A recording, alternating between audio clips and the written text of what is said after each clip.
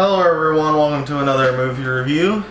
Today I'm doing a review of another M. Night Shyamalan movie. Didn't intend to do that, but here we are. I'm reviewing the old beach movie, The Beach Makes You Old.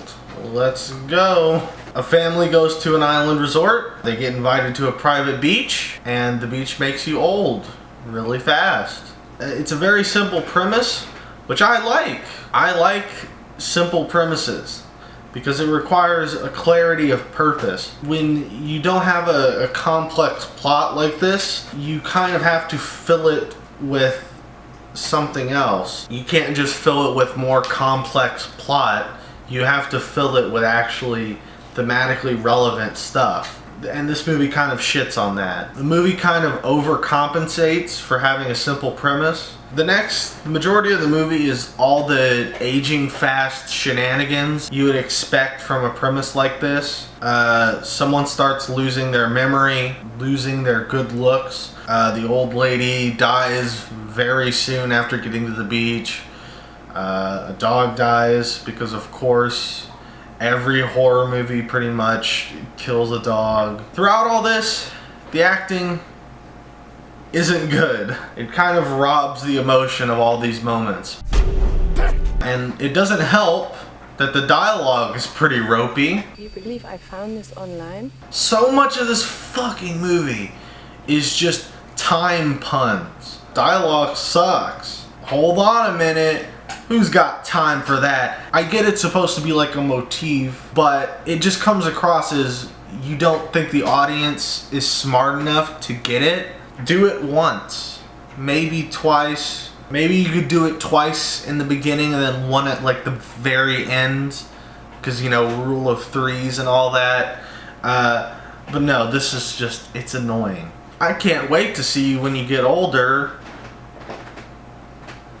I can't even remember all of them because it was just rapid fire. Like, honestly, Back to the Future is more subtle, and that movie fucking starts with a bunch of clocks, and I actually think it's more subtle than this movie. Every time they try and leave the beach, they black out, and they explain why they black out because, again, as I'll get to later, they can't just leave it unexplained. They have to tell you, otherwise fucking CinemaSins is gonna ding it in their video. They set up elements of a mystery. There's someone watching from afar. Another thing that doesn't help is all the characters are caricatures. They basically have one trait, and that's it. You have the rapper, we have the Instagram model, we have the old lady. Do you get what I mean? The only ones who aren't caricatures are the main characters, and that's because they don't really have anything going on. The kids are just kids, like they don't have that much personality other than the fact that they're children, and it kind of doesn't work. Speaking of the children, two of the children grow up really fast because the beach makes you old, and they have a child as like teenagers. It may have worked better in the novel as just like a surreal sort of not meant to be taken literally thing, but this movie takes it so literally that it's really out of place. The baby dies in the movie. Props to killing a baby. I mean, it's kind of a cheap way to get feels, but so few movies actually kill a baby that when it happens, I'm like, hey, props. Not everyone wants to kill a baby. They try and find ways to escape, but they all fail and they all die one by one. One character, who I believe has Alzheimer's, he becomes basically a slasher villain and tries to kill people. It's kind of just schlock. The Instagram model character has a neat idea for a death scene, but it comes out of nowhere because she's like fighting the kids, and like her bones basically keep breaking and then immediately healing in the same spot.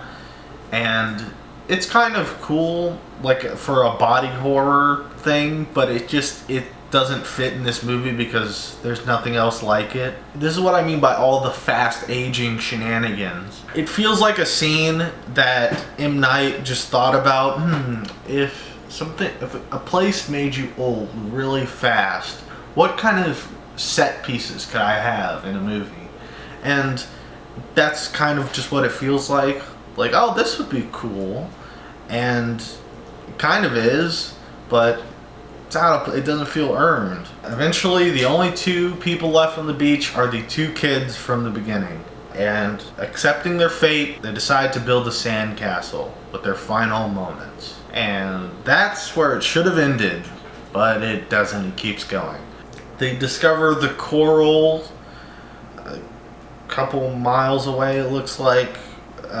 It blocks the aging process because of magnets or something. Like the magnets are like what causes them to age fast, and the coral reef like blocks that somehow. If I remember correctly, we don't even see the coral reef throughout the entire movie, so this just comes right the fuck out of nowhere.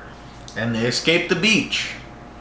They try and make you believe that they actually die, but they don't die on screen, so it's blatantly obvious that they're not dead. And here comes the fatal flaw of this movie. They explain the backstory of the beach. Yep, this can't just be a fantasy premise. It has to be science fiction, basically. Is it too much to ask for some ambiguity? I feel like this happens so much in movies nowadays, where they feel the need to basically act as their own wiki page, like explaining every detail about the world they're in. Leave none of it up to chance, because then the audience may think, well, that didn't make sense. They never explained what the beach was for. This movie sucks. It makes no sense. It's objectively bad. It feels like it comes from a place of insecurity about its own premise. Like, oh, we can't just have a beach that makes you old fast. We can't do that. We have to like justify it. So it's like, spoilers, it's a pharmaceutical company that is testing drugs. So basically they can test the lifetime effects of a drug over a day or two. To be fair, they don't say they made the beach. They say they found it and are just using it to their advantage. But still, it's unnecessary. We don't need to know what they're using the beach for. Who made this beach? Or who's using it, at least? What are they using it for? Those would be interesting questions for like a wiki. And honestly, I would have preferred this if it was like kind of a fairy tale. Not like Disney, but like actual undisneyfied fairy tales. You know, like in old fairy tales or something, you could just have like a bean that grew a fucking giant beanstalk, and you didn't have to justify it with like the science of why it grows a big beanstalk. You see, this bean alters the soil underneath it, and it causes it through magnets to grow much faster. It's just a big beanstalk. I love me some magic realism, which would have been a perfect tone, I think. And I didn't get that. I got a mix between that and science fiction. And not even like good science fiction, it's just this fantasy concept. We're gonna try and explain it through science. And I almost forgot to mention, after they reveal the backstory of the beach, the kids, now like 50, are like, they like have all the evidence the company is doing this and sending people to die on this beach, and they like call the police and get them arrested. And it's like, what? Where did this movie come from? And it ends with them in a plane going to their aunt's house, I think they say. And it's just, why?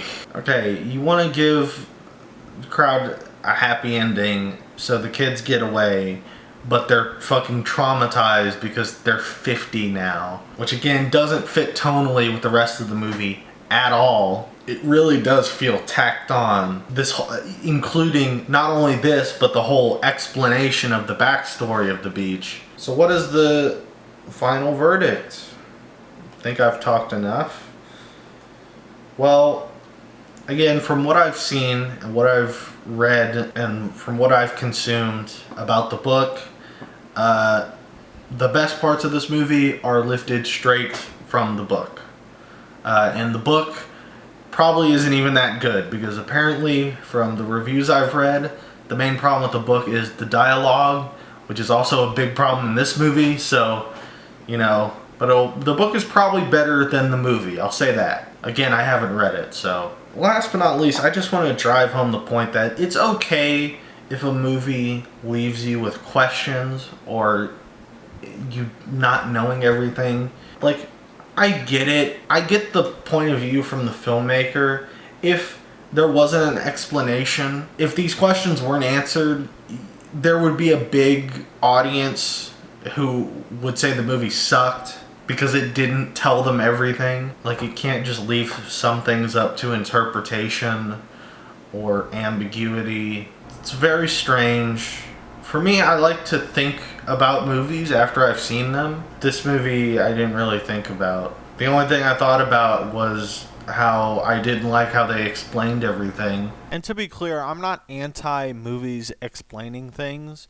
I just felt for this story and this premise, it didn't work to take this in a science fiction direction.